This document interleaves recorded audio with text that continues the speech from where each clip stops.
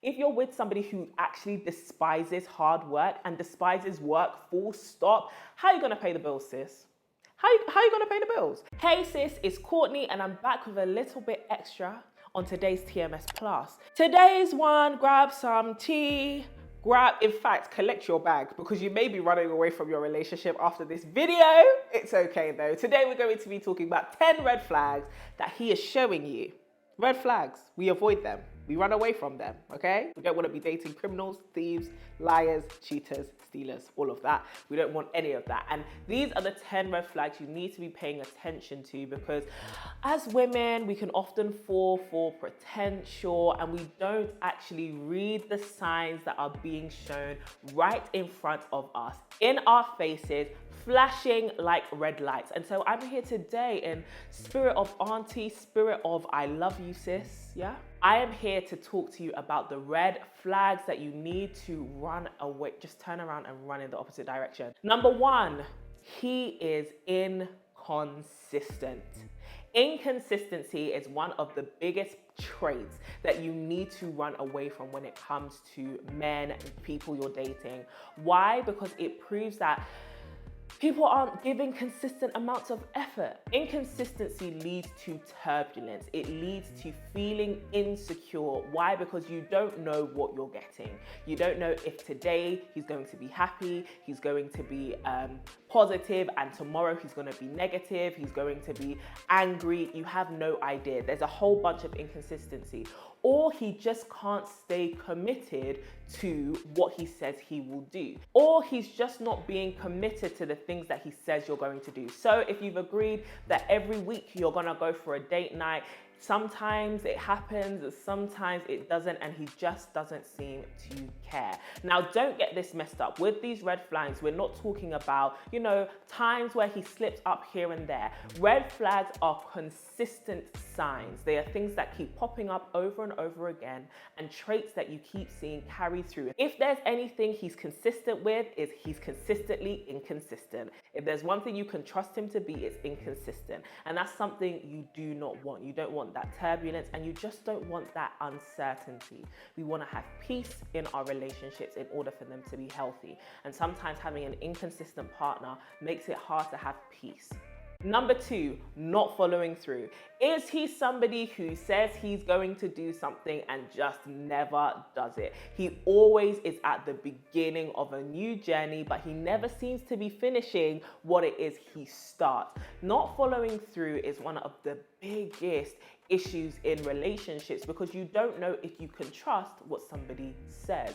They say they're going to do something and they just don't come through. They say they're going to be there at this time or they're going to be there for you when you need them and they just don't show up. And if it happens over and over again, it can lead to you feeling neglected. It can lead to you feeling as though you're not worthy of actions. And actions are really important. Like they say, actions speak louder than words, and you have to pay attention to whether somebody is allowing their actions to meet up with what it is they say. If he says he's going to do something, check up on whether he actually does it. And not just when it concerns you, but also in his personal life. Is he following through with the goals that he's setting himself? Is he following through with the new things he says he's going to do? Is he following through? Number three, he's impulsive. Now, a lot of us can sometimes get a little bit excited, a little too happy and spend a bit here and there when it's out of our budget. But what we're talking about here is somebody who is constantly making impulsive decisions. They don't stick to the plan. They're always spending money that they shouldn't be spending. They lack a whole bunch of discipline. What they don't do is actually stick to the plan. Now, it's great when somebody is adventurous and they are spontaneous, but being impulsive is a bit more dangerous because impulse means that they're not really framing everything in the context of, does this help the future? Will this actually benefit me? All they're doing is really satisfying feelings for right now. And you don't want to be with somebody who is constantly on that cycle of making impulsive decisions, snap decisions, especially if he's not consulting you about decisions that concern the both of you. Pay attention to that. Number four kind of follows on from this idea of being impulsive. He has no self-control. He has no discipline. He hasn't been able to follow through on what he said that he's going to do. He hasn't been able to stick to things that he says he's going to be consistent with. And as you can tell, these traits often lean into each other. If you're with somebody who can hardly follow through with the things that they say, they're going to find it hard to be committed, and therefore they're going to find it hard to really discipline themselves to be able to control their impulses. And you see this a lot with somebody who recurringly cheats. The cheating may not be because of you. It may just be because he can't control himself. Discipline is something that a lot of us deal with, but if he's constantly showing you that in everything, when it comes to his job, when it comes to his friendships, when it comes to him going out, you can't trust him to control himself, you've got a problem, because you'll constantly be living in fear. And oftentimes, people who cannot control themselves need to be controlled. And we are not mothering our boyfriends anymore. We're not mothering our partners anymore. We're allowing them to be autonomous beings who have control over themselves, and we have to be able to trust that they will be well behaved and respectful in the way that they conduct themselves. If somebody lacks self-control, it's going to be hard for you to trust that they will do that when you are not around. Number 5, we're halfway through, and this is probably my biggest pet peeve of them all. He is lazy. Laziness, it's a turn off. But a lot of us don't catch the red flag as we start to see it. If you are with somebody who, it's not that they're not ambitious, it's that they're not really chasing anything. They can tell you, yeah, I want to be this big, I want to be big, and I want to be successful, and I want to work on X, Y, Z. If he's not willing to put the work in, not just when it comes to you, but when it comes to his actual life, you're going to struggle in being able to make things work and be able to build your life together. If you're with somebody who actually despises hard work and despises work full stop, how are you going to pay the bills, sis? How are you going to pay the bills? It's going to just be you. And if you don't pay attention to these red flags now that you're in a relationship, if you take the next step of getting married, moving in together, having kids with each other, that may not change. If you're with someone who is intrinsically lazy, they don't like work, they want to lazy about with everything. And I'm not talking about relaxing. I'm not talking about resting. I'm talking about somebody whose response to hard work is as though they are allergic to it. We all need to go through seasons where we graft and we work hard and we hustle. And you want somebody who matches your hustle. I know, and we know that all the girls around here, all the sisters around here in this sisterhood, we are hard workers. We work hard on our careers, we work hard to achieve our goals. And it's important to be with somebody who also knows the value of hard work. Number 6, on top of being lazy, or even if he's not lazy, he just might not have any plans for his potential. You see that he's talented, you see that he's gifted, and you probably have imagined an amazing future for him and yourself. But one thing he doesn't have is a plan. He has no plan to work on the things that he possesses. And so it may fall on you to make everything happen for him. You're writing his CV, you're the one who's applying to interviews for him, you're the one who's forcing him to get a job, you're the one who's, I don't know, mixing his mixtape.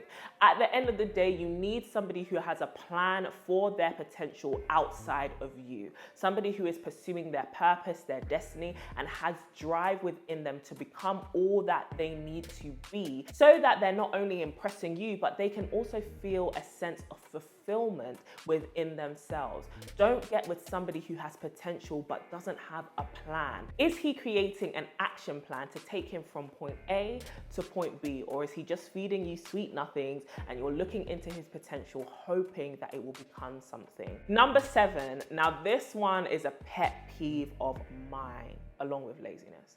He treats everyone else poorly. He may be absolutely amazing to you, Prince Charming, he talks to you so nicely, he's so respectful, he loves you. But to everybody else, to his family, to his mother, to his father, to his siblings, or to his colleagues, or to the waiter at the restaurant, he's rude, he's obnoxious, he's extremely arrogant, or he's extremely dismissive. Somebody who is nice to you but isn't nice to other people is most likely just being nice to you because they're getting something from you. It's not a reflection of their genuine character. Most times you can see the genuine character and heart of somebody in the way they treat people who have no value to them or who are of no value to them, obvious value. In the sense that if you are nice to somebody who doesn't owe you anything and you're probably not going to get anything in return from them, it's a display of the fact that you are genuinely a nice person. But if you're only nice to people who you can get things from, you're probably doing it out of a selfish reason. You're doing it for selfish gain. And I'm sure, like myself and like many of us, you want to be with somebody who is genuinely nice, who is genuinely good, who has it within their heart and their character to be kind, to be gentle. And yes, it may be a part of his personality to be a bit stern and things like that, but look out for rudeness. Look out for somebody who is dismissive. Look out for somebody who is constantly making other people feel less than and who is arrogant in front of people, not just you. So pay attention to how he's treating other people, not just you. Number 8, he probably doesn't want to confront past hurts and past traumas. I know for a lot of us, opening up about our past, what we've been through, what it is that we are feeling can be very difficult. Vulnerability can genuinely be a challenge. However, if somebody is refusing to confront the reasons why they behave the way they do, it can be a sign that they have no intention of growing. It can be really tough to be with somebody who doesn't want to do the work in confronting those demons. And I'm not saying this because it's easy, but I'm saying that there should be a willingness within them to be vulnerable with you and to be vulnerable with themselves. But when it comes to you, you're somebody who they are intending to spend the rest of their life with, or you're probably the closest person to them, or you're probably the person that they are most intimate with. And if they cannot show you the deep parts of themselves, and rather your intimacy is just conditioned on physical intimacy, but you never really talk, it's probably because he's hiding a lot of himself, not just from you, but also from himself. And you want someone who has a freedom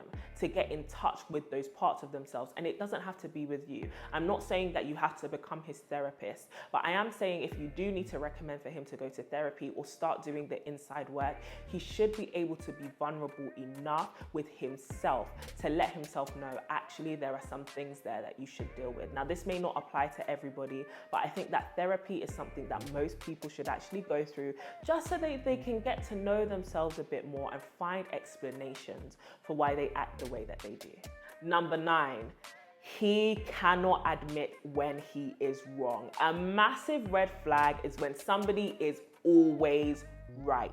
He cannot say sorry, he can't apologize, he cannot admit when he's lost the argument or when he was just damn in the wrong. And it can be hard to be with somebody who is that stubborn or hard-headed because there is never compromise in the relationship. And also it makes you feel invalidated or sometimes gaslit in the relationship. So one thing it's important to do is notice somebody who can be humble enough to tell you I'm sorry, or to tell you I was wrong, or maybe you were right, just so that we can find balance in your relationship rather than having somebody who constantly needs to be right. It can be a massive display of ego, pride, and self-centeredness, and sometimes that can bleed into other areas. So find somebody who is willing to compromise and also who is willing to admit that they are wrong without taking a blow to their self-confidence. And number 10, probably one of the biggest red flags, he never initiates with you.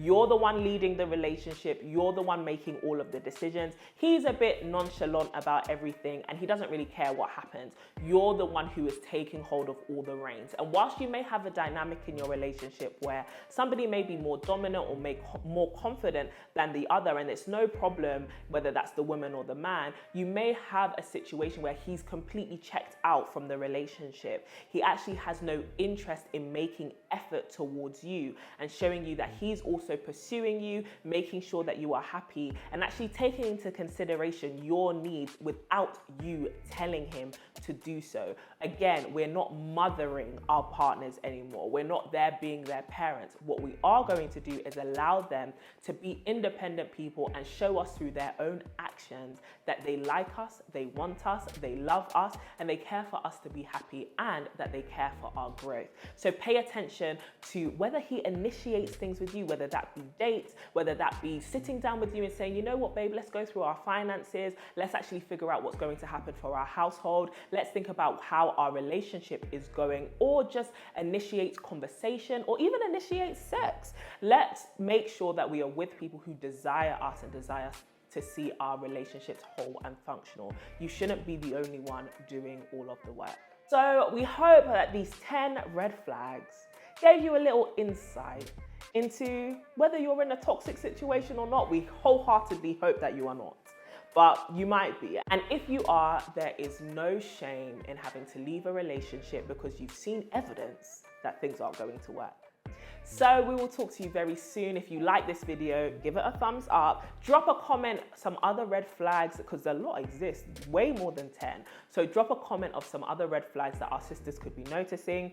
Definitely share this video with anyone, especially if you feel like they're in a toxic relationship. Just send it over their way, and subscribe here so that you can join the sisterhood. We will talk to you soon, very soon.